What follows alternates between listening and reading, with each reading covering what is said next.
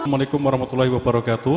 Waalaikumsalam warahmatullahi Allahumma sholli ala sayyidina Muhammad wa ala ali sayyidina Muhammad. wabarakatuh. Dari hamba Allah di Bogor, Ustadz izin bertanya, bagaimana cara kita mengetahui keinginan kita itu dari hawa nafsu atau bukan?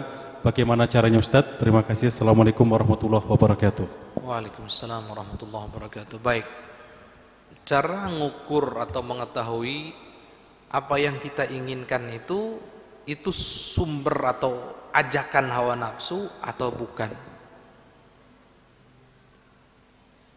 Kita sandingkan, lawannya hawa nafsu ini apa? Lawannya hawa nafsu adalah karena Allah. Ketika kita beramal, melakukan perbuatan apapun, lihat hatinya. Ketika kok nggak ada kepentingan apa-apa, bukan karena Allah ini, murni karena kepentingan pribadi, hawa nafsu. Hati-hati dalam bab hawa nafsu ini, kelihatannya ibadah, tapi ibadahnya ikut hawa nafsu itu ada. Contoh, Pak Haji, Bu Haji, yang sering bolak-balik haji. Haji itu hukumnya apa sih menurut syariat? Wajib. Seumur hidup satu kali. Bagi yang mampu itu ada sekitar 6 kriteria disebut mampu itu. Tapi ini bukan pembahasan fikih tentunya. Baik. Haji itu kewajibannya hanya setahun sekali. Itu pun bagi yang mampu. Baik, sekarang Pak Haji, Bu Haji yang mampu. Pertama, berangkat haji itu hukumnya wajib. Kalau yang kedua? Yang kedua antara sunnah atau fardu kifayah. Kapan haji menjadi fardu kifayah? Kalau niatnya untuk menghidupkan syiar haji, untuk menghidupkan Ka'bah, itu maka fardu kifayah. Artinya fardu kifayah kalau sudah ada sebagian yang melakukan, ya sudah selesai, yang lain tidak wajib lagi. Sunnah bagi yang sudah pernah melakukan haji dan bukan untuk menghidupkan syiar Ka'bah dan haji. Sunnah saja. Baik, sekarang kami tanya, berarti haji yang kedua, ketiga, keempat untuk mayoritas orang Indonesia umumnya adalah sunnah saja. Karena fardu kifayah sudah selesai dengan orang-orang yang ada di lingkungan Mekah sana. Karena mereka juga berhaji dan sudah selesai itu. Baik, anggap sudah sunnah. Yang kedua, ketiga, keempat, kelima, keenam, sunnah. Menafkahi orang tua yang tidak mampu, hukumnya apa? Wajib. Menafkahi tetangga, saudara orang tua sudah jelas. Tetangga yang tidak ada yang menafkahi, dia butuh makan. Tetangga kita, dia butuh makan, hukumnya apa? Wajib. Memberikan bantuan biaya untuk berobat saudara kita, tetangga kita yang tidak mampu berobat, hukumnya adalah wajib. Memang fardu kifayah, tapi yang terdekat lebih utama, kan begitu. Baik, selesai. Antara wajib dengan sunnah, mana yang didahulukan? Wajib. Tapi kok tetap ada Bu Haji, Pak Haji lebih memilih uangnya untuk berangkat haji daripada untuk menafkahi orang tuanya yang hukumnya adalah wajib. Ibadahnya ibadah menurut hawa nafsu. Tetap berangkat haji, tetangganya sebodoh amat. Sakit, masa bodoh, saudaranya masa bodoh, yang penting saya berangkat haji, padahal sudah selesai haji yang wajibnya menurut hawa nafsu. Ngeri. Kalau you karena Allah, kalau kamu karena Allah, utamakan dong yang wajib.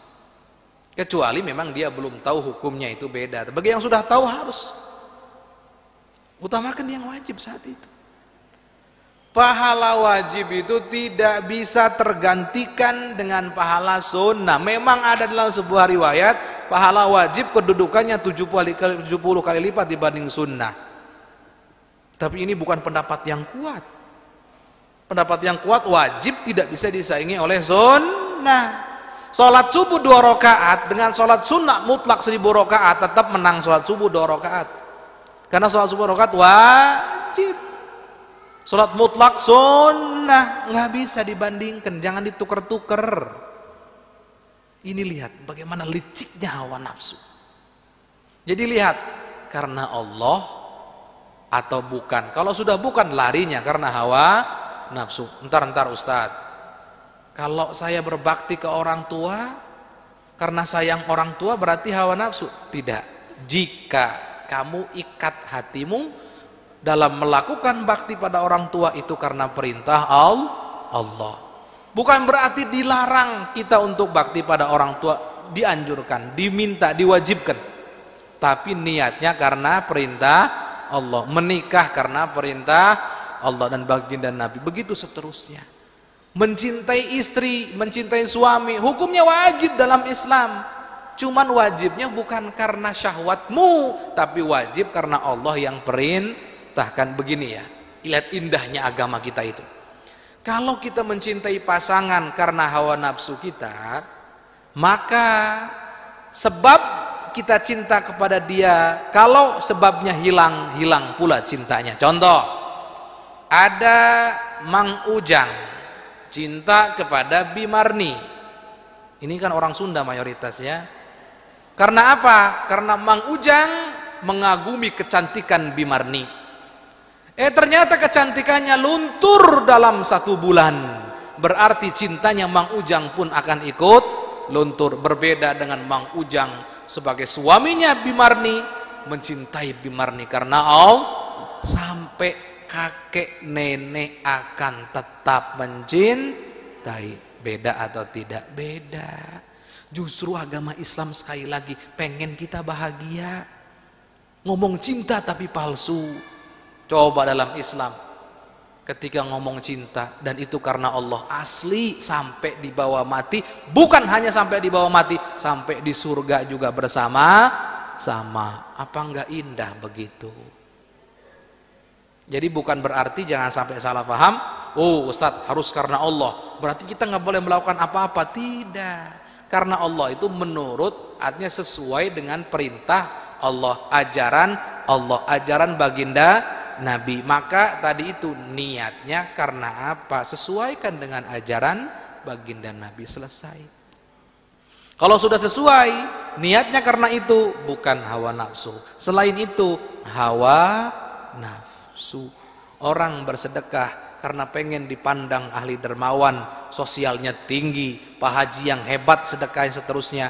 Dia beribadah? Tidak. Gambarnya gambar ibadah, di hadapan Allah dia tidak sedang ibadah. Dia nggak dapat pahala. Kenapa?